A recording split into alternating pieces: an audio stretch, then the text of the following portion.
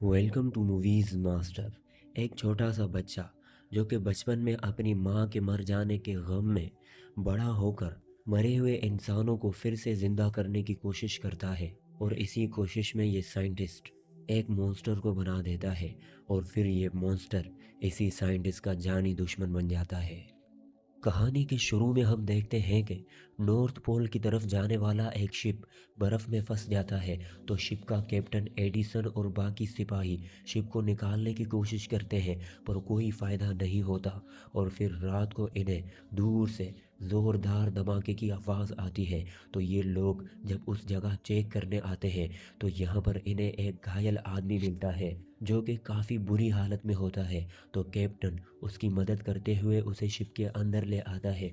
तो इतने में अचानक एक ख़तरनाक क्रीचर चिल्लाता हुआ इन लोगों पर हमला कर देता है और सिपाही उसे रोकने में नाकाम हो जाते हैं, क्योंकि गोला बारूद का उस क्रीचर पर कोई भी असर नहीं होता। तो कैप्टन बर्फ़ तोड़कर उस क्रीचर को पानी में डुबो देता है और फिर उस ज़ख्मी आदमी को होश आ जाता है। और ये आदमी अपना नाम विक्टर बताता है और विक्टर कैप्टन से उस क्रीचर के बारे में पूछता है। तो कैप्टन कहता है हमने उसे मार दिया है, वो अब वापस नहीं आने वाला। तो विक्टर कहता है नहीं, वो वापस ज़रूर आएगा, वो मरता नहीं है, उसे कोई भी मार नहीं सकता, वो वापस आएगा, वो मेरे लिए वापस ज़रूर आएगा। और जब वो वापस आए तो तुम लोग मुझे उसके हवाले कर देना, नहीं तो वो तुम सबको मार देगा। तो कैप्टन पूछता है वो क्रीचर है क्या, और आखिर वो कहाँ से आया है, और वो तुम्हारे पीछे क्यों पड़ा है। तो विक्टर कहता है उस क्रीचर को मैंने बनाया है और मैंने उसे ख़त्म करने की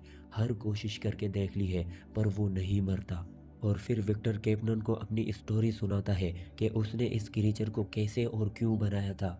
और फिर कहानी आ जाती है पास में, जहाँ विक्टर एक छोटा सा बच्चा है और विक्टर के डैड लियो दुनिया के मशहूर सर्जन है। और लियो दौलत की लालच में विक्टर की मोम से शादी कर लेता है, लेकिन लियो एक जालिम शख्स होता है, वो विक्टर और उसकी मोम से बिल्कुल भी प्यार नहीं करता।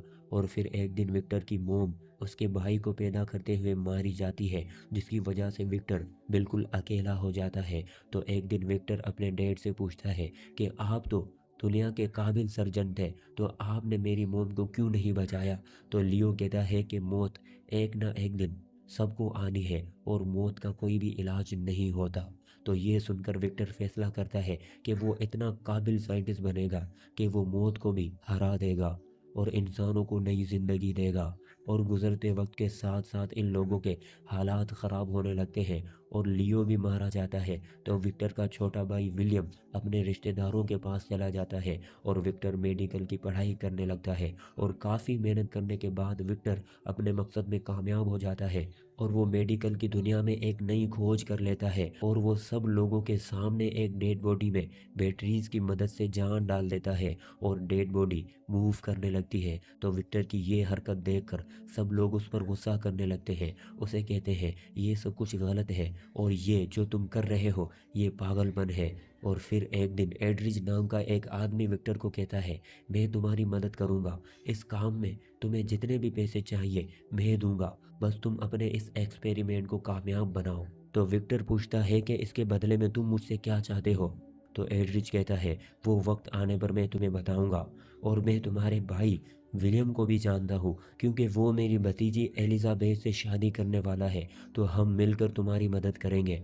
और फिर विलियम और एडरिच विक्टर को एक पुरानी हवेली में ले आते हैं और यहाँ पर हर वो चीज़ और हर मशीन लगवा दी जाती है जो विक्टर को अपने एक्सपेरिमेंट के लिए चाहिए होती है। और यहाँ पर विक्टर मुर्दे को ज़िंदा करने के लिए आसमानी बिजली को इस्तेमाल करने वाला होता है। और इस सब के दौरान विक्टर अपने भाई की गर्लफ्रेंड एलिजाबेथ को पसंद करने लगता है और अपने भाई से छुपकर एलिजाबेथ को अपने चक्कर में फंसाने की कोशिश करने लगता है। और फिर काफ़ी रिसर्च करने के बाद विक्टर जंग में मरे हुए बहुत सारे सिपाहियों की लाशों से अलग अलग टुकड़े निकालकर उन टुकड़ों से एक बॉडी बनाता है और ये लोग इस डेड बॉडी को एडम का नाम देते हैं। और फिर आखिरकार वो रात आ जाती है जिसका विक्टर को इंतज़ार था। बारिश शुरू हो जाती है और बिजली कड़कने लगती है। तो विक्टर एडरिच के पास आता है। तो विक्टर देखता है कि एडरिच बीमार है, उसे एक जानलेवा बीमारी है, वो बहुत जल्द मर जाएगा। तो एडरिच विक्टर को कहता है मैं चाहता हूँ कि तुम मेरी बॉडी में जान डालो, मुझे दोबारा ज़िंदा करो। तो विक्टर कहता है नहीं, तुम्हारी बॉडी इस काबिल नहीं है, तुम्हारे ऑर्गन्स ख़त्म हो चुके हैं, तुम मेरा ये पहला और आखिरी मौका ज़ाया कर दोगे तो मैं तुम पर ये एक्सपेरिमेंट नहीं करने वाला। तो एडरिच विक्टर के साथ ज़बरदस्ती करने लगता है। तो इसी दौरान एडरिच टावर से नीचे गिरकर मारा जाता है, लेकिन विक्टर को उसकी कोई परवाह नहीं होती। वो अपना मौका गंवाना नहीं चाहता, तो वो एडम की बॉडी को बैटरीज के साथ कनेक्ट करके तैयार करता है और बिजली के ज़ोरदार झटके एडम की बॉडी में एनर्जी ट्रांसफ़र करने लगते हैं, लेकिन कोई फ़ायदा नहीं होता। तो विक्टर मायूस होकर सो जाता है और फिर अगली सुबह जब विक्टर की आंख खुलती है तो एडम उसके सामने खड़ा होता है। मतलब विक्टर ने कर दिखाया, और एडम को देखकर विक्टर को खुद भी यकीन नहीं होता कि आखिरकार उसने कर दिखाया है। और एडम बिल्कुल एक बच्चे की तरह बिहेव कर रहा होता है। तो विक्टर उसे सब कुछ सिखाता है, उसे बताता है कि तुमको मैंने बनाया है और तुम एडम हो और मेरा नाम विक्टर है।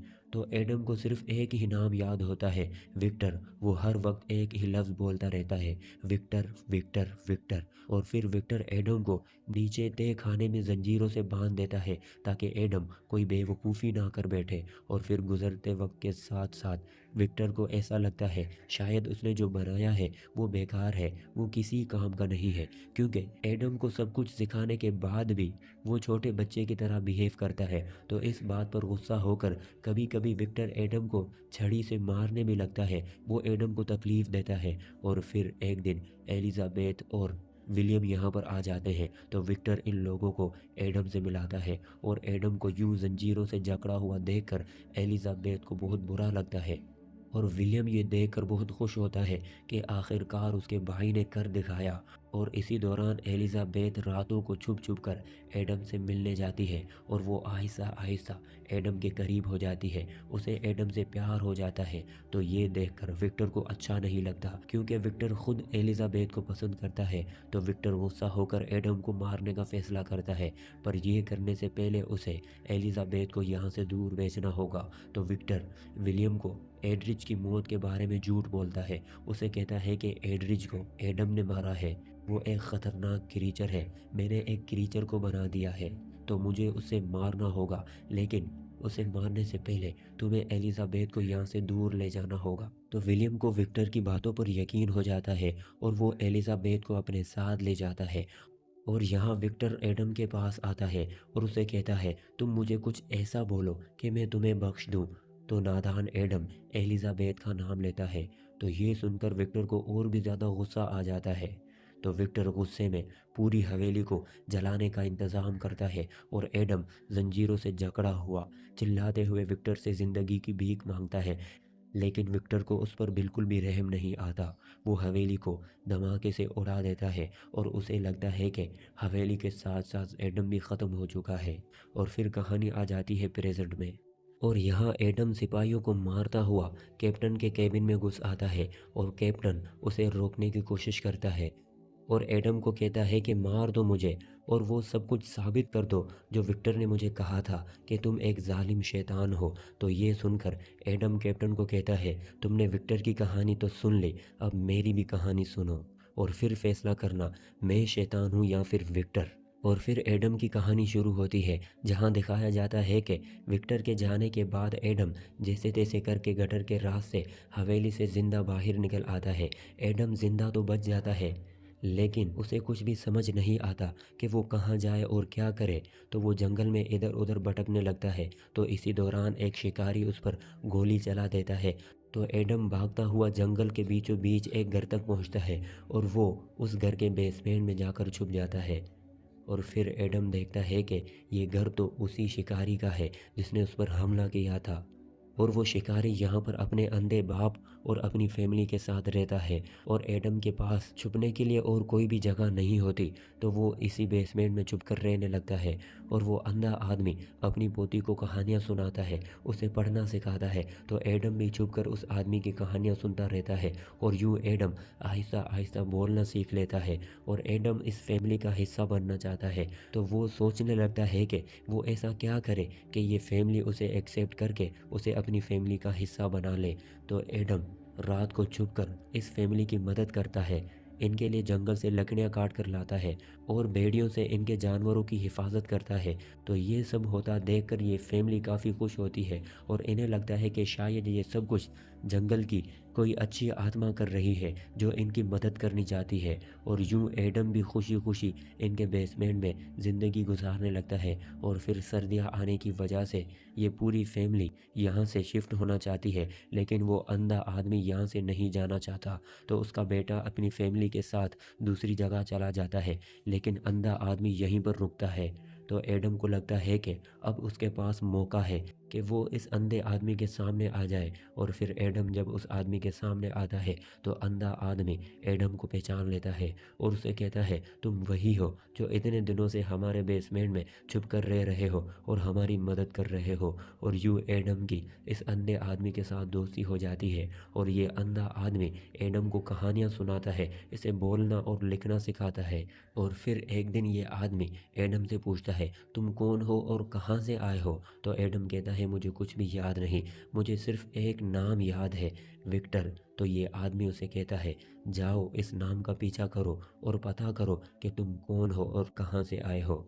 और फिर विक्टर अपनी यादों का पीछा करते हुए उसी हवेली तक पहुंचता है जहां से वो बचकर निकला था। तो यहाँ आकर उसे विक्टर के वो डॉक्यूमेंट्स मिलते हैं जिनमें विक्टर ने एडम को बनाने की रिसर्च लिखी हुई होती है कि उसने विक्टर को किस तरह बनाया था। तो ये सब देखकर एडम समझ जाता है कि वो असल में इंसान नहीं बल्कि वो एक जिंदा लाश है जिसे विक्टर ने लैब में बनाया था। तो ये देखकर एडम को बहुत बुरा लगता है, उसे बहुत दुख होता है, उसे अपने वजूद पर अफसोस होता है। तो वो मायूस होकर फिर से उस अंधे आदमी की तरफ आता है। तो वो देखता है कि भेड़ियों ने उस आदमी पर हमला कर दिया है। तो एडम भेड़ियों को मार कर यहाँ से भगा देता है, लेकिन वो आदमी मर जाता है। तो इतने में उस आदमी के बेटे यहाँ पर आ जाते हैं और उन्हें लगता है कि विक्टर ने उनके बाप को मार दिया है। तो ये लोग विक्टर पर हमला कर देते हैं, मगर विक्टर इन पर हमला नहीं करता क्योंकि वो इंसानों पर हमला नहीं करना चाहता। वो नहीं चाहता कि उसकी वजह से इंसानों को कोई तकलीफ पहुंचे। और फिर विक्टर ज़ख्मी होकर ज़मीन पर गिर जाता है और बेहोश हो जाता है। तो ये लोग विक्टर को मरा हुआ समझकर उसे यहीं पर छोड़कर यहाँ से चले जाते हैं। और फिर कई हफ्तों तक विक्टर इसी जगह पर बेहोश पड़ा होता है। और फिर आहिस्ता आहिस्ता एडम के ज़ख्म ठीक होने लगते हैं। और फिर कई हफ्ते गुजर जाने के बाद एडम को होश आता है और वो बिल्कुल ठीक हो जाता है। तो यहाँ पर एडम को इस बात का एहसास होता है कि वो मर तो नहीं सकता, पर यूं अकेले इस दुनिया में रह भी नहीं सकता, उसकी भी एक फैमिली होनी चाहिए। तो वो फैसला करता है कि वो विक्टर को ढूंढकर अपने लिए एक हमसफ़र बनवाएगा ताकि उसकी भी एक फैमिली हो जिसके साथ वो खुशी खुशी अपनी ज़िंदगी गुजार सके। और फिर कई हफ्तों तक ढूंढते ढूंढते आखिरकार एडम विक्टर को ढूंढ लेता है और उसके घर पहुंच जाता है जहां एलिजाबेथ की विलियम के साथ शादी हो रही होती है।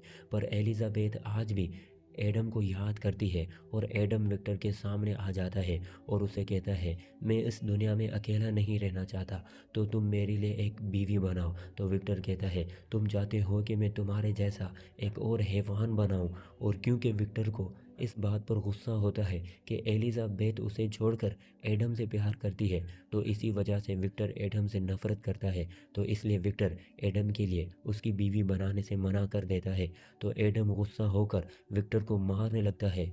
तो तोड़ फोड़ की आवाज़ सुनकर एलिजाबेथ भी यहाँ पर आ जाती है और एडम को देखकर वो खुश हो जाती है। और जैसे ही एलिजाबेथ एडम के करीब जाती है तो विक्टर एडम पर गोली चला देता है। तो एलिजाबेथ उसे बचाने के लिए सामने आ जाती है और गोली एलिजाबेथ को लग जाती है और एलिजाबेथ बुरी तरह से ज़ख्मी हो जाती है।